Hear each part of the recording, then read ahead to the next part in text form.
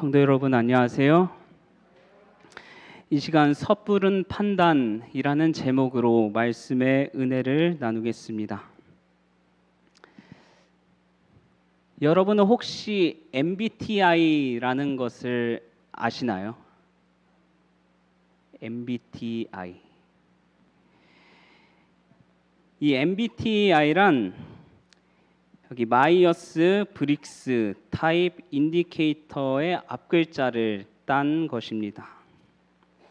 이 MBTI는 이사벨 브릭스 마이어스라는 사람과 캐더린 쿡 브릭스라는 두 모녀가 일상생활에서 유용하게 활용할 수 있도록 고안한 성격 유형 검사를 말합니다.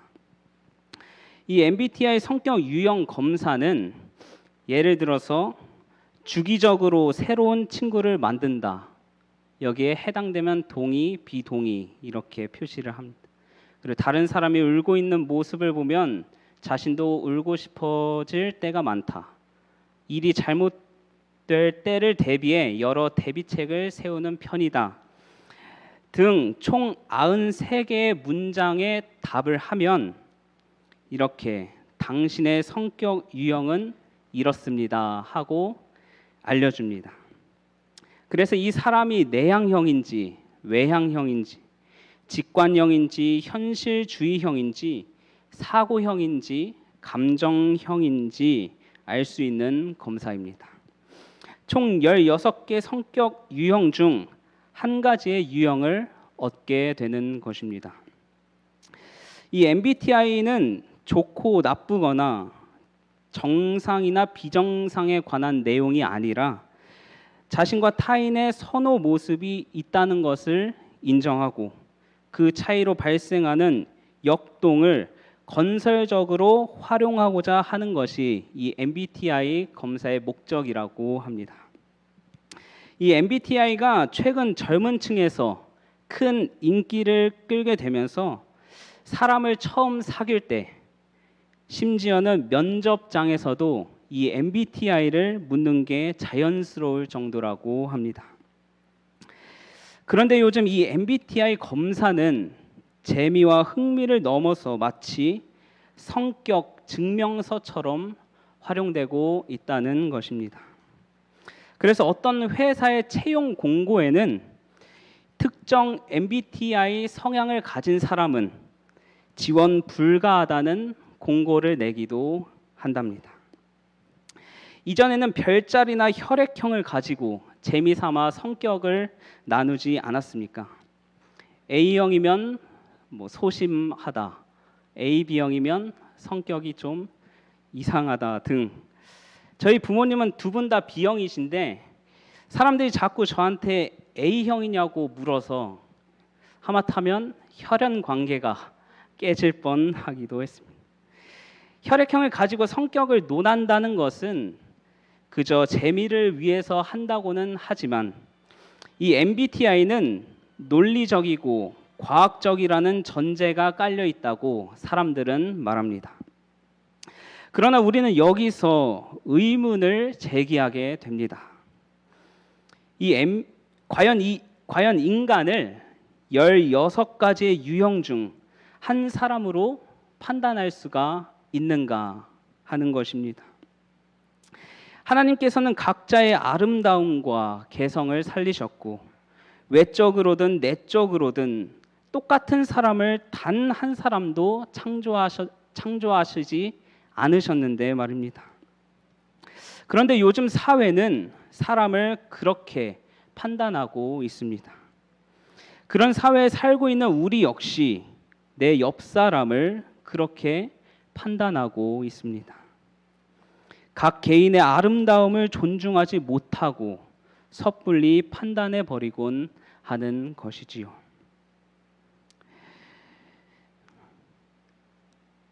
문제는 16가지의 유형 중 한 사람으로 판단하는 것이 아니라 나와 맞는 사람과 맞지 않는 사람, 좋은 사람과 나쁜 사람, 그래서 가까이 해야 할 사람과 멀리 해야 할 사람으로 판단할 때가 허다하다는 것입니다. 저 사람은 성격이 세서 아니면 성격이 유해서 나랑 안 맞는다. 저 사람은 말이 많아서 아니면 말이 적어서 나랑은 맞지 않는다 등 내 기준으로 판단해 버리곤 합니다. 이러한 현상은 그리스도인의 삶에 심각한 문제라 생각됩니다. 그런 우리에게 하나님께서는 오늘 이렇게 말씀하십니다.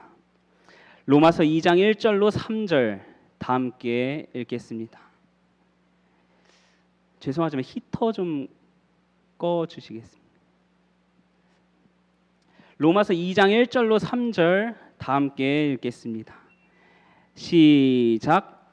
그러므로 남을 판단하는 사람아, 물론 누구든지 내가 핑계치 못할 것은 남을 판단하는 것으로 내가 너를 정죄함이니 판단하는 내가 같은 일을 행함이니라. 이런 일을 행하는 자에게 하나님의 판단이 진리대로 되는 줄 우리가 아노라. 이런 일을 행하는 자를 판단하고도 같은 일을 행하는 사람아, 내가 하나님의 판단을 피할 줄로 생각하느냐. 로마서 2장 1절을 보면 사도 바울은 그러므로 남을 판단하는 사람아 라며 권면하기 시작합니다. 바울은 이 앞장인 로마서 1장 26절부터 당시 성행하고 있는 죄의 목록을 나열합니다. 입에 담기도 어려울 만큼 너무나 악한 죄악들이 당시 성행하고 있었다는 것입니다. 그런데 더 큰 문제는 그러한 죄악들이 이방인들에게만 해당되는 것이 아니었다는 사실입니다. 그래서 바울은 로마서 2장에서 유대인들에게 이렇게 말하고 있습니다. 남을 판단하지 마라.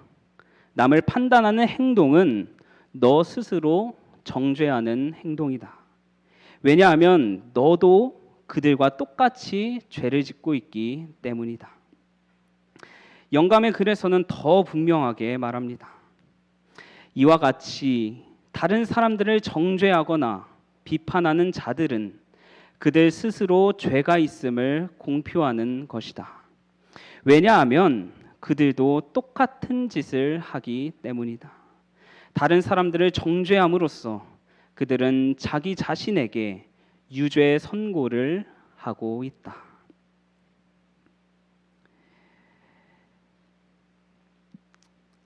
우리는 남을 판단하기를 참 좋아합니다. 이 사람이 이렇다, 저 사람이 저렇다. 그런데 한번 생각해 보시길 바랍니다. 그 사람의 모습이, 그 사람의 행동이 과연 나의 모습과 행동이었던 적은 없는가? 우리는 그렇게 남을 판단하며 스스로 유죄 선고를 하고 있다는 것입니다. 우리는 자기 자신의 행동에는 한없이 관대합니다. 그래서 늘 타인의 잘못은 검사의 입장으로, 자신의 잘못은 변호사의 입장으로 판단하곤 합니다. 타인의 잘못은 어떤 변명을 해도 설령 용서를 구해도 소용이 없습니다. 그러나 나의 잘못은 왜 그럴 수밖에 없었는지, 나의 잘못은 왜 타당한지 늘 변호하곤 합니다. 당시 유대인은 이방인보다 더 큰 빛을 누렸음에도 불구하고 그들과 같이 죄를 짓고 살았다고 바울은 말합니다. 그럼에도 유대인들은 죄인의 입장에 서는 것이 아니라 재판장의 입장에서 그들을 판단하곤 했습니다. 그런 그들의 모습에 바울은 이렇게 호소합니다. 로마서 2장 3절 다시 한번 보시겠습니다. 이런 일을 행하는 자를 판단하고도 같은 일을 행하는 사람아, 내가 하나님의 판단을 피할 줄로 생각하느냐. 이 말씀은 오늘날 살아가는 모든 그리스도인들에게도 당연 해당되는 말씀입니다. 세상 사람들보다 더 큰 빛을 받았음에도 불구하고 세상 사람들처럼 똑같이 죄를 지으면서도 내 형제를 판단하며 살아가는 우리에게 하시는 말씀입니다. 이 시간 우리 모두에게 한번 질문해 보길 원합니다. 과연 나는 남을 판단하기에 적합한 사람인가? 타인을 판단하는 행동은 단순히 도덕적으로 옳고 그름의 문제가 아님을 하나님께서는 분명히 말씀하십니다. 야고보서 4장 11절로 12절입니다. 함께 읽겠습니다. 시작. 형제들아, 피차에 비방하지 말라.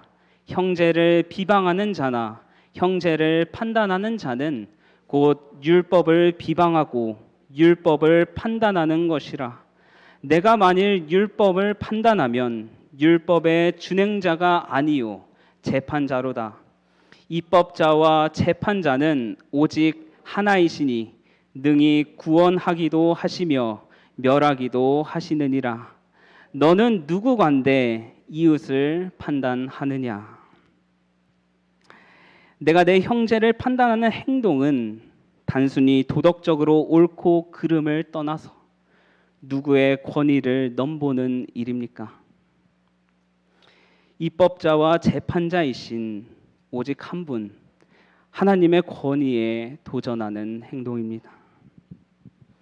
사랑하는 성도 여러분, 하나님께서는 우리에게 내 이웃과 형제를 판단할 수 있는 권한을 부여하시지 않으셨습니다. 하나님의 권위에 도전하지 않게 되시길 간절히 바랍니다. 하나님께서 오늘 우리에게 이 말씀을 주신 이유는 단순히 남을 판단하지 말라고, 단순히 하나님의 권위에 도전하지 말라고 이 말씀을 주신 것이 아닙니다. 말씀을 듣고 단순히 도덕적인 사람이 되어야지, 괜찮은 사람이 되어야지 생각한다면 차라리 이해하기 쉬운 탈무드 한 권 읽는 게 더 낫습니다. 하나님께서 우리에게 말씀을 주신 이유는 단순히 착하게 살라고 하신 것이 아니라 우리의 모본이신 그리스도를 바라보게 하기 위함입니다. 하나님의 모든 말씀은 죄인인 나를 그리스도께로 인도하시기 위함입니다. 은혜의 시기가 아직 남아있는 오늘날 다른 사람들을 판단하여 자기 자신을 모범적 인물로 바라보게 하는 것은 좋지 않다. 그리스도는 우리의 모본이시다. 그분을 본받고 그분의 발자취를 따라가라. 오늘도 나를 스스로 괜찮은 사람이라고 여기며 남을 내 기준에 맞춰 판단하는 죄인이기 때문에 우리에게 예수님이 필요합니다.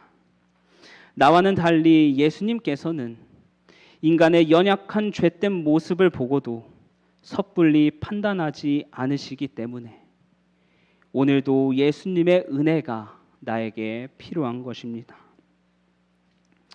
예수님께서는 사람의 가치를 판단하는 세상의 거짓 표준을 시정하고자 노력하셨다. 그분께서는 세상이 빈곤에 대하여 찍어놓은 낙인을 제거해 버리시고자 당신의 위치를 가난한 사람들과 같은 처지에 두셨다. 그분께서는 가난한 사람들을 하나님 나라의 상속자로 축복하심으로 빈곤으로부터 조소의 비난을 영원히 벗겨 버리셨다. 그분께서는 당신께서 걸어가신 길을 우리에게 보여주셨다. 그리스도께서는 세상의 표준에 따라 가치를 판단하고 세상의 표준에 따라 판단당하는 우리를 위해 이 땅에 오셨습니다. 그 거짓된 표준을 없애시고자 가장 연약한 자들, 가난하고 병든 자들, 지위가 낮고 멸시받는 자들과 더불어 사셨습니다. 예수님께서는 그렇게 사셨는데 그런 예수를 따르겠다는 우리는 과연 어떻게 살아가고 있습니까? 세상의 표준대로 내 형제의 가치를 판단하는 나는 그분의 삶을 따라가기는커녕 그분의 노력을 짓밟고 있다는 것입니다. 예수님께서는 인간의 잘못된 판단에 의해 십자가에 달리셨습니다. 죄인이 아님에도 죄인이라 손가락질 받으며 십자가에 달려 돌아가셨습니다. 그러나 예수님께서는 죄인 한 명 한 명을 대하실 때에 그들을 섣부르게 판단하지 않으셨습니다. 요한복음 8장 11절 말씀입니다. 예수께서 이르시되 나도 너를 정죄하지 아니하노니 가서 다시는 죄를 범하지 말라 하시니라. 예수님께서 누구에게 하신 말씀인가요? 네, 가늠한 여인에게 하신 말씀입니다. 바리새인과 서기관들이 가늠한 여인을 예수님 앞에 끌고 왔습니다. 그리고 예수께 이렇게 말합니다. 모세는 율법에 이러한 여자를 돌로 치라 명하였거니와 선생은 어떻게 말하겠나이까? 그들은 가늠한 여인은 돌로 쳐야 한다고 판단했습니다. 실제로 그 여인은 7째 계명을 범하였고 모세의 율법에 의하면 이러한 사람은 돌로 치라고 나와 있습니다. 그러나 예수님께서는 음행 중에 잡혀서 끌려온 그 여인을 섣부르게 판단하지 않으셨습니다. 예수님께서 그 상황을 신중하게 보시고 이렇게 판단하셨습니다. 그분께서는 당신 앞에 있는 모든 사람들의 마음을 읽고 그들의 품성과 생애의 어떠함을 아셨다. 소위 정의의 수호자들이라는 이들이 예수님을 해할 함정을 만들기 위하여 이 여인을 죄짓게 했던 것이다.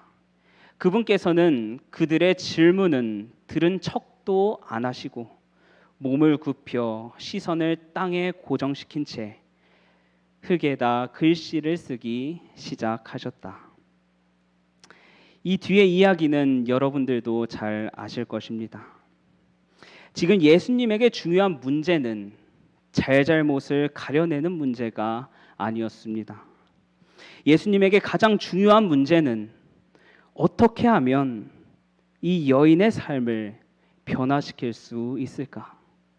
어떻게 하면 이 여인을 살릴 수 있을까 하는 것이었습니다. 예수께서 이 땅에 오신 이유가 무엇입니까? 인류의 구원입니까? 아니면 인류의 심판입니까? 예수님께서는 분명히 인류를 구원하기 위해 이 땅에 오셨습니다. 그래서 그분께서는 지상 봉사를 하실 동안 단 한 번도 인간의 죄를 섣부르게 판단하지 않으셨습니다.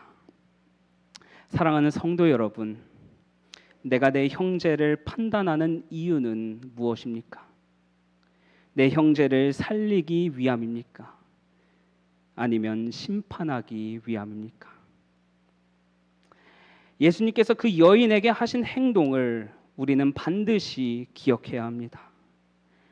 내가 하는 판단이 그 사람을 변화시키는 것이 아니라 그리스도께서 베푸시는 사랑이 그 사람을 변화시키는 것임을 기억하시길 간절히 바랍니다.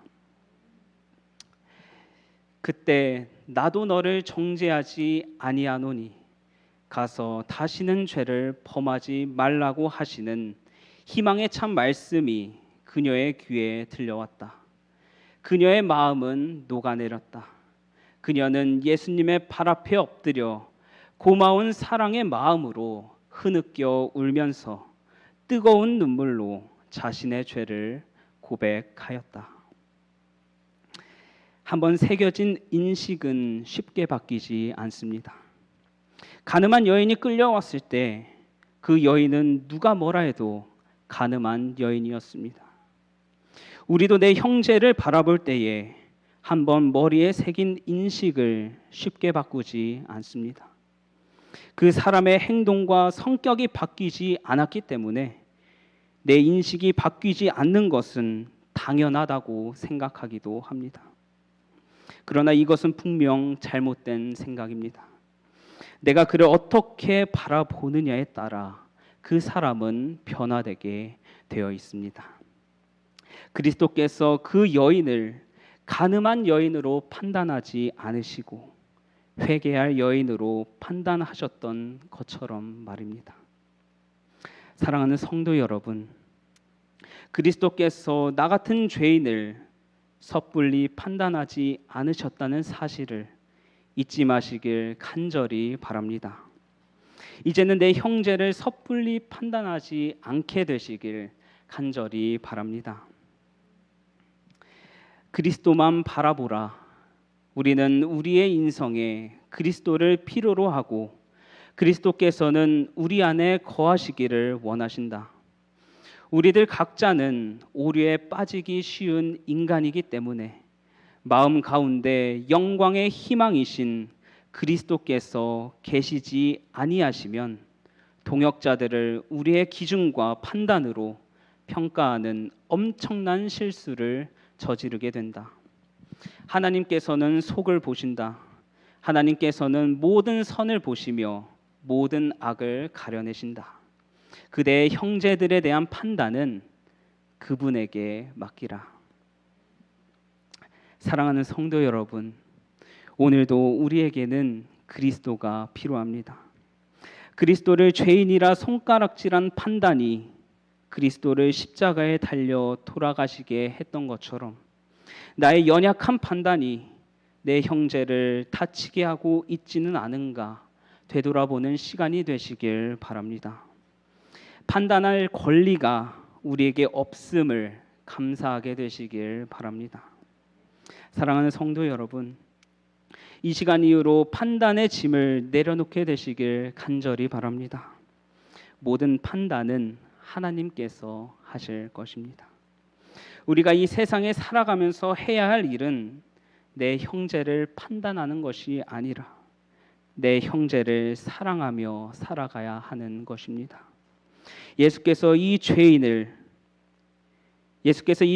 삶을 섣불리 판단하지 않으셨음을 날마다 기억하시길 바라며 말씀을 마치겠습니다. 함께 기도하겠습니다.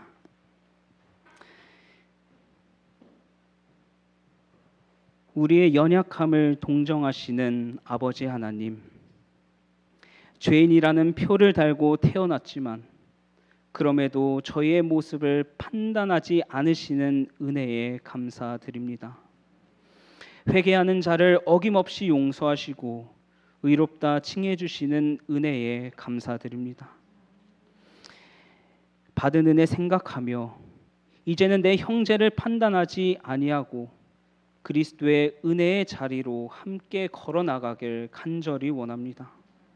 저희의 죄된 생각과 내 형제를 판단하고 미워하는 마음을 거두어 주시고 그리스도의 사랑으로 사랑하게 하여 주시옵소서. 예수님의 이름으로 간절히 기도합니다.